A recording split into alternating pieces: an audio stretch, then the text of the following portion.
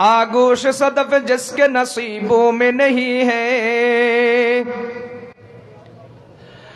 आगोश सदफ जिसके नसीबों में नहीं है, वो कतरनी साक भी बनता नहीं गौहर,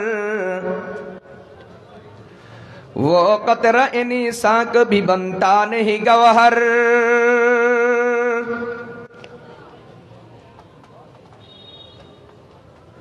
নোয়াখালী সোনাইমুড়ি থানার অন্তর্গত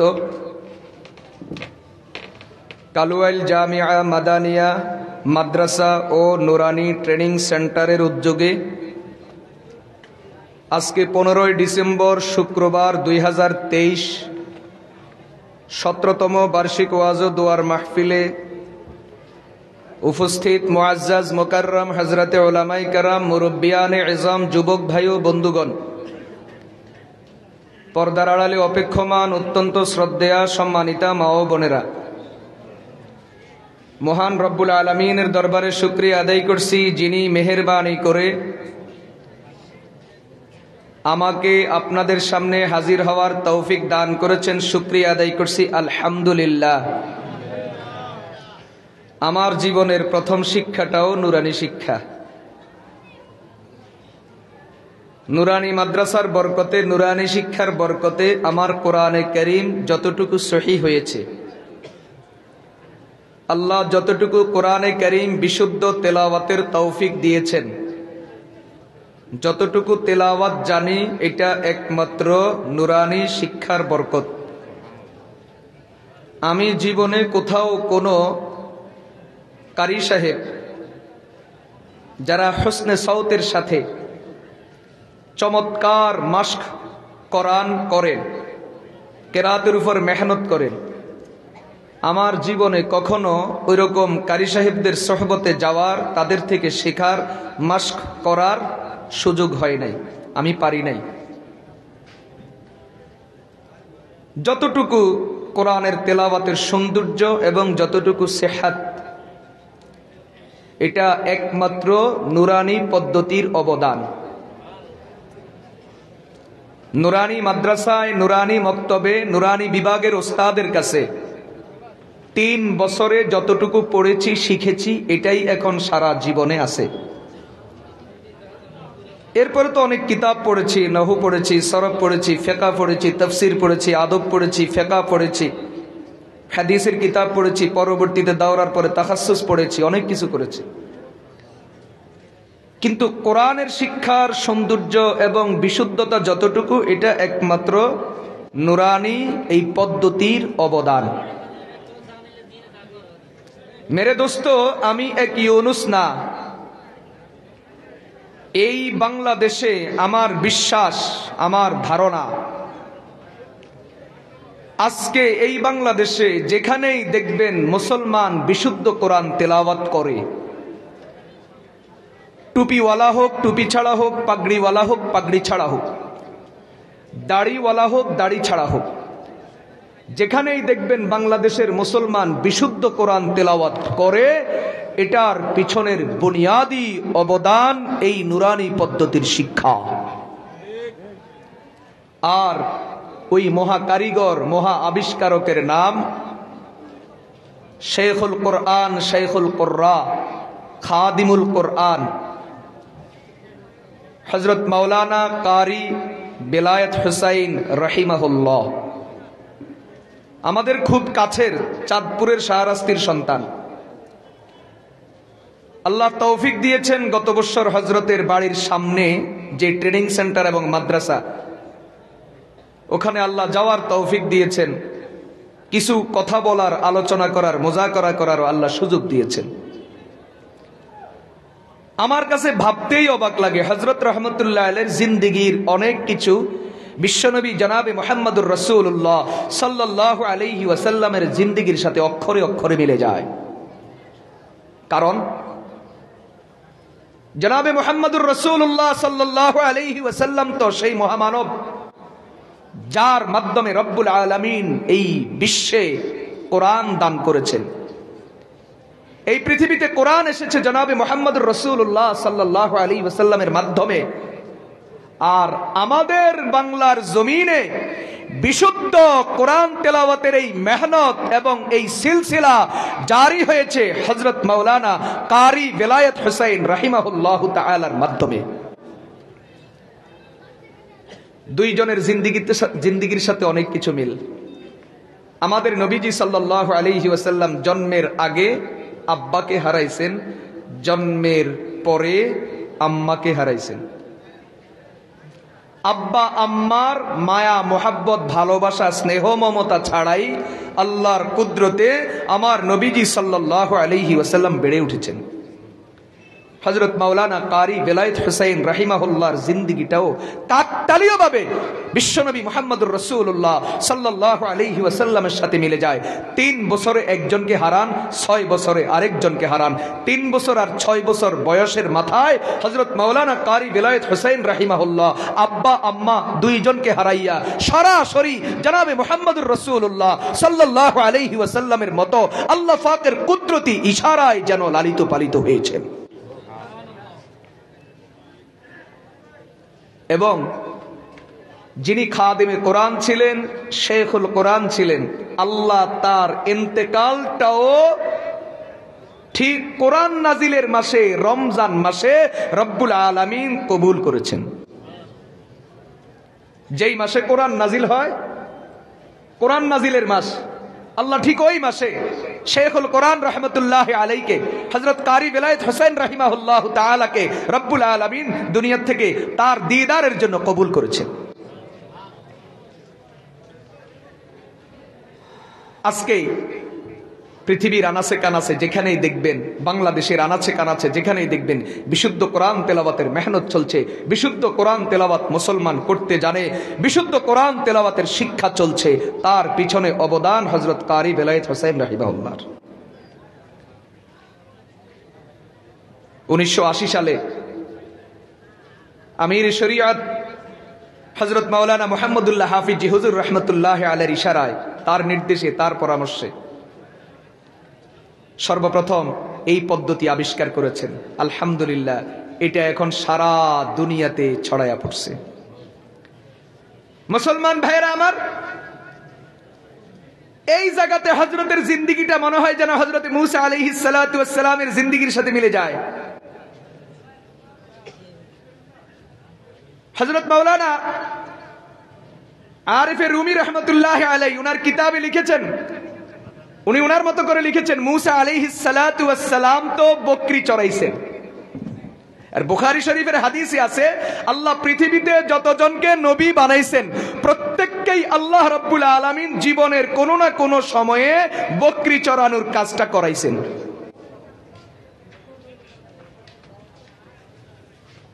এজন্য আল্লাহ না করুন, আমাদের দেশে একটা প্রবাদ আছে, ছাগল পালে পাগলে। এই কথা যারা বলে ঈমান যাওয়ার আশঙ্কা আছে। আছে গ্রামে একটা প্রবাদ আছে তো, ছাগল পালে কে? এই কথা যারা বলেন, আল্লাহ না করুন, এই কথার কারণে ঈমান যাওয়ার আশঙ্কা আছে। কারণ পৃথিবীতে আল্লাহ রাব্বুল আলামিন প্রত্যেক নবী রাসূলকে দিয়া বকরি চড়ানোর কাজটা জীবনের কখনো না কখনো করাইছেন। মূসা আলাইহিস সালাতু ওয়াস সালাম 10 বছর বকরি চড়াইয়া নবুয়ত পাইছেন। কার বকরি চড়াইছেন? একজন পয়গম্বর হযরতে শুআয়ব আলাইহিস সালাম, তার বকরি চড়াইছেন। পরবর্তীতে হযরত শুআয়ব আলাইহিস সালাতু ওয়াস সালামের মেয়েকে হযরত মূসা আলাইহিস সালাম বিয়ে করেছেন। আরিফে রুমি রাহমাতুল্লাহি আলাইহি উনি উনার মতো করে বলেন, মূসা আলাইহিস সালাতু ওয়াস সালাম একজন বকরির রাখাল থেকে কালিমুল্লাহ হওয়ার পিছনে কারণ, পিছনে শুআয়ব আলাইহিস সালাতু ওয়াস সালামের মতো একজন মুরব্বি ছিলেন। ঠিক তেমনি ভাবে আজকে বিশ্বজোড়া কোরআনে কারীমের বিশুদ্ধ তেলাওয়াতের যে মিশন শুরু হয়েছে, গোটা পৃথিবী আজকে বিশুদ্ধ তেলাওয়াতের মেহনতের উপরে যে উঠে গেছে, এটা তৈরি করেছেন, শুরু করেছেন হযরত মাওলানা কারি বেলায়েত হুসাইন রাহিমাহুল্লাহ। আর হবে না কেন? ওনার পিছনে তো হযরত শুআয়ব আলাইহিস সালামের মতো এক বিখ্যাত ওলি আর বুজুর্গ আমির শরীয়ত মুহাম্মদুল্লাহ হাফিজ হুজুর রাহমাতুল্লাহ আলাইহি ছিলেন। আরিফে রুমি তার কথা, তার ভাষায় তিনি বলছেন, আগার কোই শুআয়ব আয়ে মুয়াসসর, अगर कोई शुआइब आए मुयस्सर, शबानी से कलीमी दो कदम है, शबानी से कलीमी दो कदम है।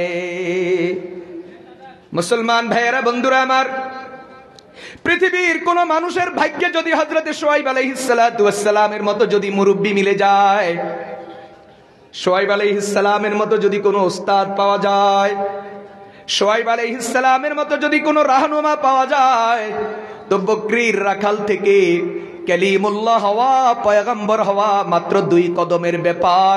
মূসা আলাইহিস সালাম বকরির রাখাল থেকে কালিমুল্লাহ হয়ে গেছেন, পয়গম্বর হয়ে গেছেন, কারণ পিছনে একজন অভিভাবক আর মুরব্বি ছিলেন, তার নাম হযরত শুআয়ব আলাইহিস সালাতু ওয়াস সালাম। মুসলমান ভাইয়েরা আমার, ওই আরেফে রুমি রহমাতুল্লাহি আলাইহির ভাষায় আমি বলতে চাই, যদি হাফিজ হুজুর রহমাতুল্লাহি আলাইহির মতো পিছনে একজন অভিভাবক থাকেন, একজন রাহনুমা থাকেন, একজন আধ্যাত্মিক মুরব্বি থাকেন, একজন ওলি থাকেন, তাহলে হযরত কারি বেলায়েত সাহেব রহমাতুল্লাহি আলাইহির মতো মহামনীষী তৈরি হন, আর যার মেহনতে গোটা পৃথিবীতে বিশুদ্ধ কোরআন তেলাওয়াতের আন্দোলন চলতে আছে, কিয়ামত পর্যন্ত চলতে থাকবে। কথা বলেন ঠিক না বেঠিক? আমি মাঝে মাঝে ভাবি, কি ভাবি? قال النبي صلى الله عليه وسلم من سن سنة حسنة في الإسلام فله أجرها وأجر من عمل بها। যে পৃথিবীতে কোনো ভালো কাজ চালু করলো, ভালো কাজের সূচনা করলো, তাহলে তার দেখা দেখি পরবর্তীতে পৃথিবীতে যতজন এই নেক পথে আসবে, নেক কাজে শরীক হবে, প্রত্যেকের আমলের সমপরিমাণ আমল, নেকি আর সওয়াব রব্বুল আলামিন ওই সূচনাকারীর আমল নামার মধ্যে দান করবেন। আমার ভাবতেই অবাক লাগে, হযরত কারি বেলায়েত হুসাইন রাহিমাহুল্লাহ 1910 সালে জন্মগ্রহণ করেছেন, 2017 সালের রমজান মাসে ইন্তেকাল করেছেন। হায়াত তো রব্বুল আলামিন তাকে অনেক দিয়েছেন, লম্বা হায়াত, কিন্তু কোরআনের এই মেহনত, এই আন্দোলন শুরু করেছেন 1980 সালে। জীবনের শেষ নিঃশ্বাস পর্যন্ত মেহনত অব্যাহত রেখেছেন, 80 থেকে নিয়ে 17 পর্যন্ত, প্রায় 38 বছর। কিন্তু 38 বছরের মেহনত রব্বুল আলামিন গোটা পৃথিবীতে কোটি কোটি কোরআন প্রেমী, কোটি কোটি কোরআন তেলাওয়াত করনেওয়ালা তৈয়ার করে গেছে। এই কোটি কোটি থেকে আবার কোটি কোটি তৈয়ার হইতেছে, কোটি কোটি থেকে কোটি কোটি তৈয়ার হইতেছে। যেমন আমি এক আদনা ইউনুস, আমার জীবনের কোরআনের যতটুকু শুদ্ধতা, এটাও তো হযরত কারি বেলায়েত সাহেব রহমাতুল্লাহি আলাইহির মেহনতের অবদান। আজকে আমি 14 বছর মাদ্রাসায় পড়াই, হাদিসের কিতাব পড়াই, তরজমা কোরআন পড়াই, তাফসীর পড়াই, ফিকহের কিতাব পড়াই, আদবের কিতাব পড়াই, এরপরে আলহামদুলিল্লাহ ওয়াজ নসিহত করি, ইমামতি করি, জুমা পড়াই, ইত্যাদি ইত্যাদি। আমার জীবনে দ্বীনের যত খেদমত হচ্ছে, এই সব খেদমতের ঘুরাইয়া ফিরাইয়া নেকির একটা অংশ হযরত মাওলানা কারি বেলায়েত সাহেব রহমাতুল্লাহি আলাইহির আমল নামায় পৌঁছতেছে। মুসলমান, আমার মতো ইউনুস না, লক্ষ লক্ষ কোটি কোটি আল্লাহর বান্দা, লক্ষ লক্ষ কোটি কোটি কোরআন তেলাওয়াত করনেওয়ালা, লক্ষ লক্ষ কোটি কোটি হাফেজ আলেম, লক্ষ লক্ষ কোটি কোটি মুসলমানের জিন্দেগিতে বিশুদ্ধ কোরআনের তেলাওয়াত যতজনে যা কিছু করছে, সব কিছুর নেকামলের একটা অংশ শাইখুল কোরআন রহমাতুল্লাহি আলাইহির আমলনামার মধ্যে পৌঁছতে আছে। কিয়ামত পর্যন্ত এই পৌঁছা অব্যাহত থাকবে, একদিনের জন্য বন্ধ থাকবে না। এজন্য আমি মনে মনে প্রশ্ন করি, দুনিয়ার ধনীরা যেমন তাদের সম্পদের যাকাত দেয়, আমার কাছে মনে হয় শাইখুল কোরআন হযরত কারি বেলায়েত সাহেব রহমাতুল্লাহি আলাইহি কিয়ামতের ময়দানে মনে হয় তার নেক আমলের যাকাত দিবেন। দুনিয়ার মানুষকে রব্বুল আলামিনের ইশারায়, রব্বুল আলামিনের মেহেরবানিতে, রব্বুল আলামিনের নির্দেশে উম্মতের কোটি কোটি বিপদগামী, কোটি কোটি গুনাহগারকে তার ওই নেক আমলের বরকতে, রব্বুল আলামিনের রহমতের বরকতে সুপারিশ করে জান্নাতের মালিক বানায়া দিবেন। তবে ওই কথাটা আমার নিজে মাঝে মাঝে ভাবি, আমার খেয়াল আছে, গতবার যখন আমি হযরত রহমতুল্লাহি আলাইহির কবর জিয়ারত করতেছি, বয়ানের আগ দিয়ে এশারের পরে, আনুমানিক রাত্রে 9টার পরে হবে, আমি যখন কবর জিয়ারত করতেছি, মুখে দোয়া পড়তেছি, কোরআনে কারীম পড়তেছি, তেলাওয়াত করতেছি, আর মনে মনে ভাবতেছি দুনিয়ার ধনীরা সম্পদের যাকাত দেয়। আমার কাছে মনে হয় কারি বেলায়েত সাহেব রহমাতুল্লাহি আলাইহি হয়তো কিয়ামতের ময়দানে নেক আমলের যাকাত দিবে। কি করবে এত নেকি? কি করবে? আল্লাহু আকবার। করবেটা কি? আজকে বাংলাদেশে 2017 সাল পর্যন্ত ইসলামিক ফাউন্ডেশনের হিসাব মতে 25 লাখ হাফেজ আছে। কত লাখ? বাংলাদেশে হাফেজ কত লাখ? এরা তেলাওয়াত করে, এরা নামাজ পড়ে, নামাজ পড়ায়, মাদ্রাসায় শিক্ষকতা করে, এখন বহু হাফেজ ওয়াজও করে। বিশ্বজয়ী হাফেজ ওয়াজও করে, কেরাতও পড়ে। বাংলাদেশে শুধু 25 লাখ হাফেজ, আর আমার মতো এরকম বহু ফোড়া কোফাইল্লা আছে, আলেম হয়েছে হাফেজ হতে পারে নাই, আসেনি লাখ লাখ। আমার মতো এরকম ফোড়া কোফাইল্লা কত লাখ আছে, যারা নাম কেউ আসতে আলেম হয়েছে, লেবাসওয়ালা হয়েছে, মগর হাফেজ হতে পারে নাই। 25 লক্ষ হাফেজে কোরআনের জিন্দেগিতে কোরআনের বিশুদ্ধতা, আমার মতো লক্ষ লক্ষ পোড়া কুফাইল্লা যারা লেবাসে আলেম হয়েছে, হাফেজ হতে পারে না। রব্বুল আলামিন তাকে কোরআন মুখস্থ করার তৌফিক দেয় নাই।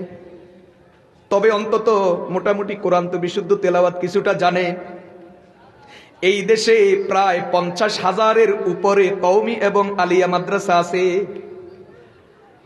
এক সময় নুরানির এই পদ্ধতির মেহনত শুধু কওমি মাদ্রাসাতে ছিল, আলিয়া মাদ্রাসায় ছিল না। এখন আলিয়াওয়ালারা দেখছে কারি বেলায়েত সাহেবের এই মেহনত চালু না করলে মাদ্রাসা টিকানো যাবে না।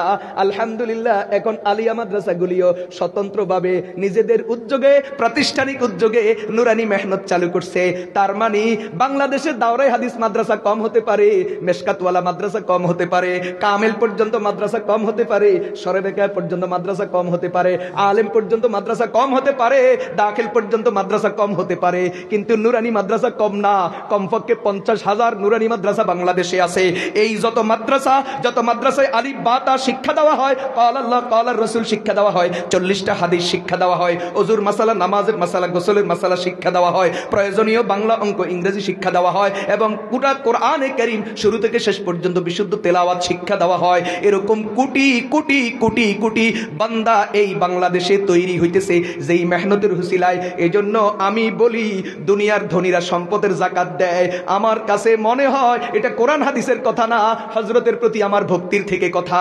কারণ আমার জিন্দেগিতে যতটুকু, এটাও তো হযরতের অবদান, হযরত রহমতুল্লাহ আলাইহির অবদান। যদিও আমি পড়েছি আমার উস্তাদদের কাছে, কিন্তু মেহনতের সূচনা তো হযরতের জিন্দেগি থেকে। এই কারণে আমার মনে হয় হযরত রহমতুল্লাহ আলাইহির জিন্দেগিতে আল্লাহ এত নেকি পৌঁছাইতেছেন। মনে হয় কিয়ামতের ময়দানে নেকির যাকাত দেওয়া লাগবে। আল্লাহ বুঝার তৌফিক দান করুন। এরা মহামানব, এরা রত্নগর্বা, এরা নেক মায়ের, নেক বাবার, নেক সন্তান। এরা যদিও দুনিয়ার থেকে চলে গেছে, কিন্তু এদের আমল নামা 1 সেকেন্ডের জন্য, আপনার আমল নামা, আপনার মৃত্যুর পরে যদি আপনার ছেলে কবরের পাশে দাঁড়ায় তাহলে কিছু ফুঁসবে, আর যদি না দাঁড়ায় মোটেও ফুঁসবে না। এই দেশে বহু মুসলমান আছে যে মুসলমান মরে গেছে আজকে 20 বছর, 20 বছরে 20টা নেকি আমল নামায় পৌঁছে নাই। কারণ এ মরার পরে হোলা তো আমেরিকা চলে গেছে, হোলা সেখানে নারী নিয়া, মদ নিয়া, রংবাজি করে, বাপের খবর নাই। আসেনি, বাড়াই করতেছি, অতিরিক্ত বলতেছি, বলাটা সীমা লঙ্ঘন। এই দেশে এরকম বহু মুসলমান আছে যেই মুসলমানের জিন্দেগিতে মৃত্যুর পরে আজকে 20 বছর, 50 বছর হয়েছে, একটা নেকিও পৌঁছার ব্যবস্থা নাই।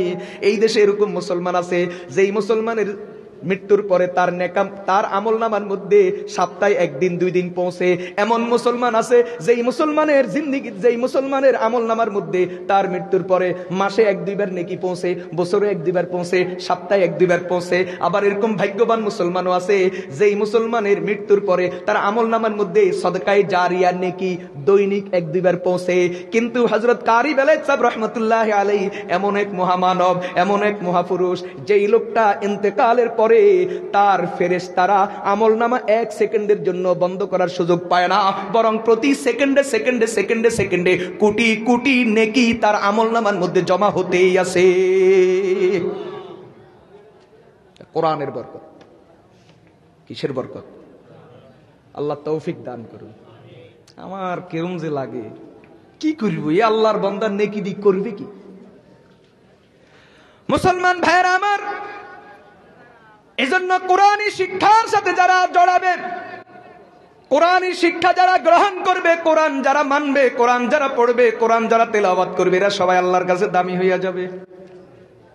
একটা কথা খেয়াল রাখবেন, যারা কোরআনকে ধরার মতো ধরবে এদের জীবনে কখনো অভাব থাকবে না, সম্মানের অভাব হবে না। তাদের জীবনটা যদিও অসহায় অবস্থায় শুরু হয়, অভাবের মধ্য দিয়ে শুরু হয়, কিন্তু এ অভাব আল্লাহ রাখবেন না।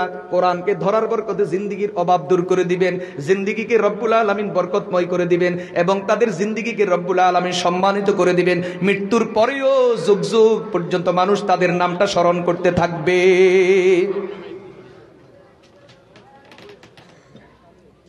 মুসলমান ভাইয়েরা, বন্ধুরা আমার, বলতেছিলাম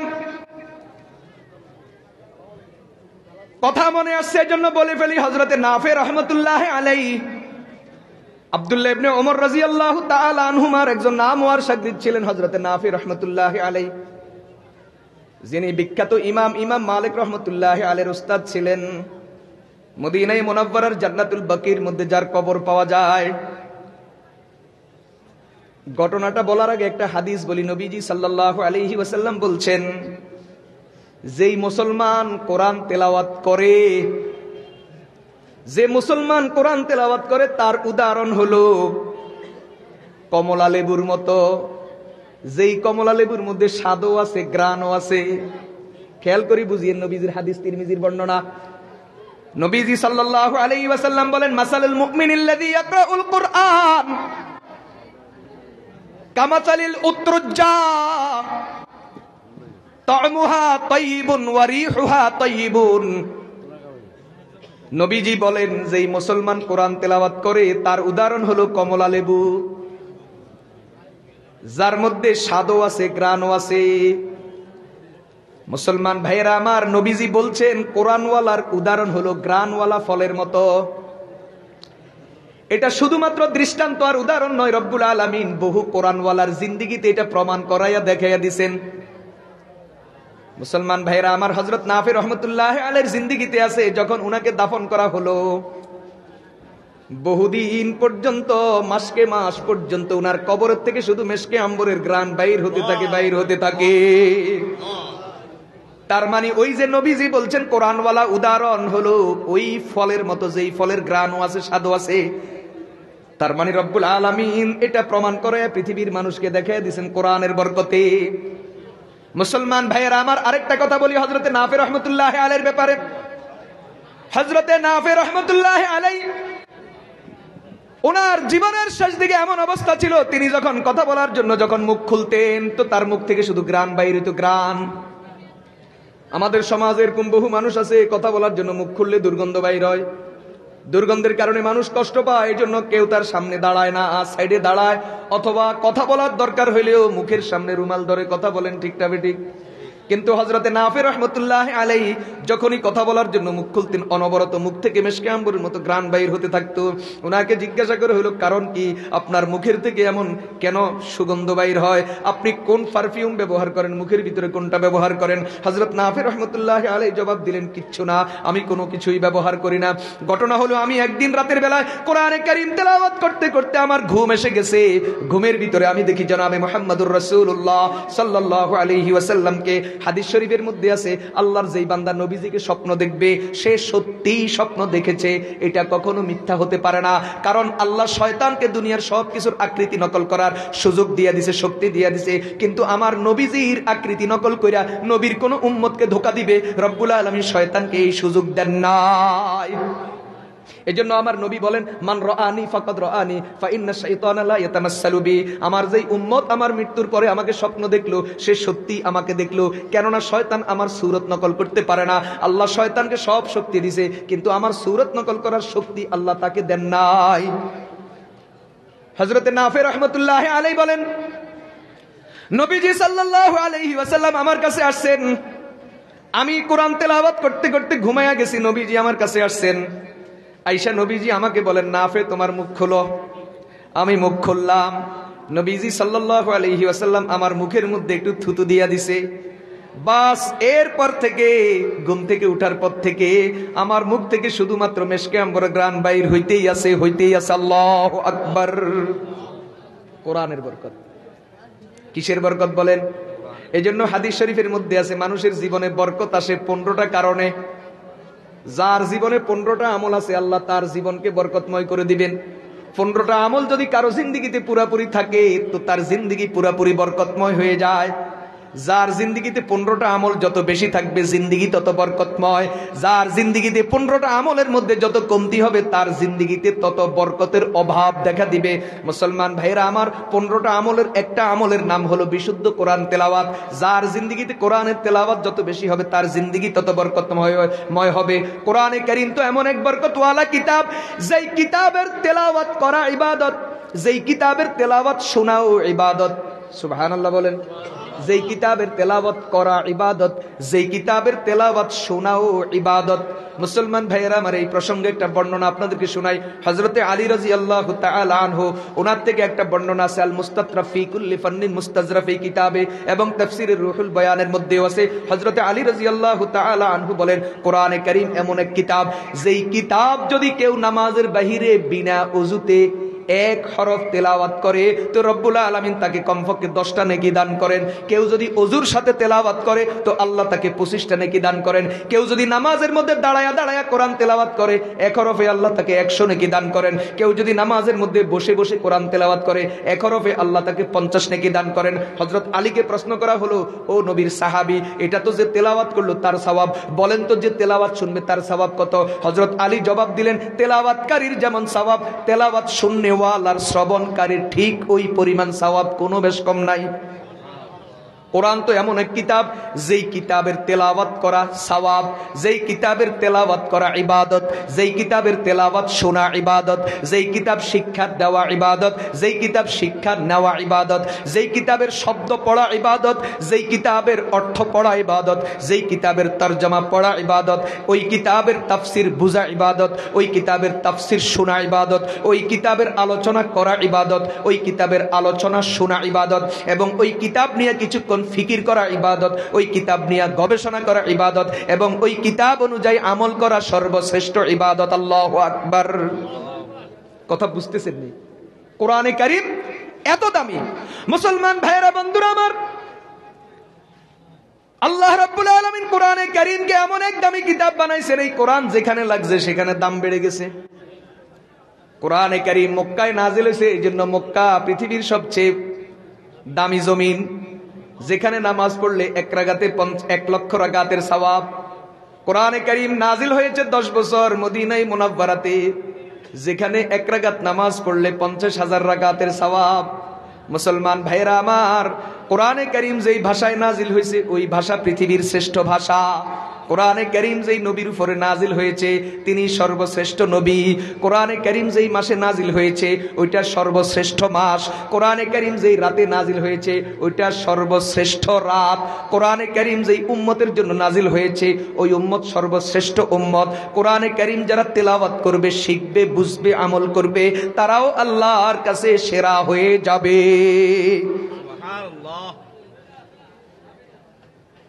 কোরআনকে যারা মহব্বত করবে তারা দামি হয়ে যাবে। কোরআনওয়ালাদেরকে যারা ভালোবাসবে তারাও দামি হয়ে যাবে। কোরআন যারা শিখবে তারা দামি হবে। কোরআন যারা শিখে আর শিখায়, ওদের সহযোগী যারা হবে, ওদেরকে যারা মহব্বত করবে, ওরাও আল্লাহর কাছে দামি হয়ে যাবে। সুবহানাল্লাহ বলেন। আমার উস্তাদ, বাংলাদেশের বর্তমান সময়ের একজন উল্লেখযোগ্য মুহাক্কিক, বুজুর্গ, মুফতি এবং আলেমে দ্বীন, যিনি শুধু ইবাদাতের মাসলা মাসাইল না, জাদিদ ফিকহ, ইসলামী অর্থনীতি, ব্যাংক, বিমা, এগুলি দুনিয়ার যে বর্তমান নতুন নতুন যে বিষয়গুলি, সব বিষয়ের গভীর ইলমের মালিক যিনি, হযরত শেখুল ইসলাম আল্লামা তাকি উসমানী দামাত বারাকাতুহুমের সুযোগ্য খলিফা এবং তার শাগরিদ হযরত আল্লামা মুফতি দিলাওয়ার হোসেন দামাত বারাকাতুহু, হযরতের মুখ থেকে একটা আজব উদাহরণ শুনছি। হযরত দামাত বারাকাতুহুম বলেন, আমাদের দেশে যে কি আছে, মেডিকেল কলেজ, ডাক্তার, এরা মানুষের দেহের চিকিৎসা করে। ডাক্তার কি করে? কেউ নাক, কেউ কান, কেউ গলা, কেউ চোখ, কেউ ব্রেন, কেউ হার্ট, কেউ এক একজন এক একটা মানুষের দেহের সেবা দেয়। আর ডাক্তারের একজন সহযোগী থাকে, বা এটাকে কম্পাউন্ডারও বলে। ও কি করে? ডাক্তারকে গ্লাভস আগায়া দেয়, কেচি আগায়া দেয়, তুলা আগায়া দেয়, ছুরি আগায়া দেয়, আবার ডাক্তারকে প্রেসক্রিপশন আর কলম আগায়া দেয়, দেয় নেই?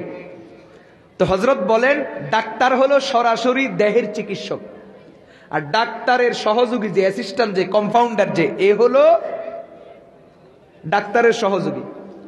আর সহযোগিতা করার কারণে সেও আপনার চিকিৎসক। তবে ডাক্তার হলো সরাসরি চিকিৎসক, আর ও হলো ডাক্তারের সহযোগিতা করার মাধ্যমে আপনার ইনডাইরেক্ট চিকিৎসক। ও ডাইরেক্ট, এ ইনডাইরেক্ট, এ প্রত্যক্ষ, ও পরোক্ষ। ঠিক তেমনি ভাবে ডাক্তার যেমন আমাদের দেহের চিকিৎসা করে, এই দেশের যত মাদ্রাসা আছে, এই দেশের যত উলামায়ে কেরাম আছে, ওলামায়ে কেরাম হলেন উম্মতের রূহের চিকিৎসক, আর মাদ্রাসাগুলো হলো উম্মতের রূহের মেডিকেল কলেজ। দেহের মেডিকেল কলেজ তো শুনছেন, বুঝেন নাই? দেহ ঠিক করার, দেহের চিকিৎসা দেওয়ার মেডিকেল কলেজের নাম তো শুনেছেন। মেরে দোস্ত, উম্মতের রূহের চিকিৎসার মেডিকেল কলেজ হলো এই মাদ্রাসাগুলো। আর এই মাদ্রাসাগুলোতে যারা পড়ায় এরা হলেন এক একজন রূহের ডাক্তার, প্রফেসর। এখন আপনারা কি? আপনারা সাধারণ মুসলমান কি? হযরত বলেন সাধারণ মুসলমান যারা এই মাদ্রাসাগুলোতে সহযোগিতা করে, মাদ্রাসাতে দান অনুদান দেয়, মাদ্রাসাকে মোহাব্বত করে, মাদ্রাসাতে সাথে সম্পর্ক রাখে, এরা হলো ঠিক ওই ডাক্তারের অ্যাসিস্ট্যান্টের মতো, এরাও উম্মতের রূহের চিকিৎসার কাজে নিয়োজিত এবং ওই সওয়াব তারাও পাইতে থাকবেন।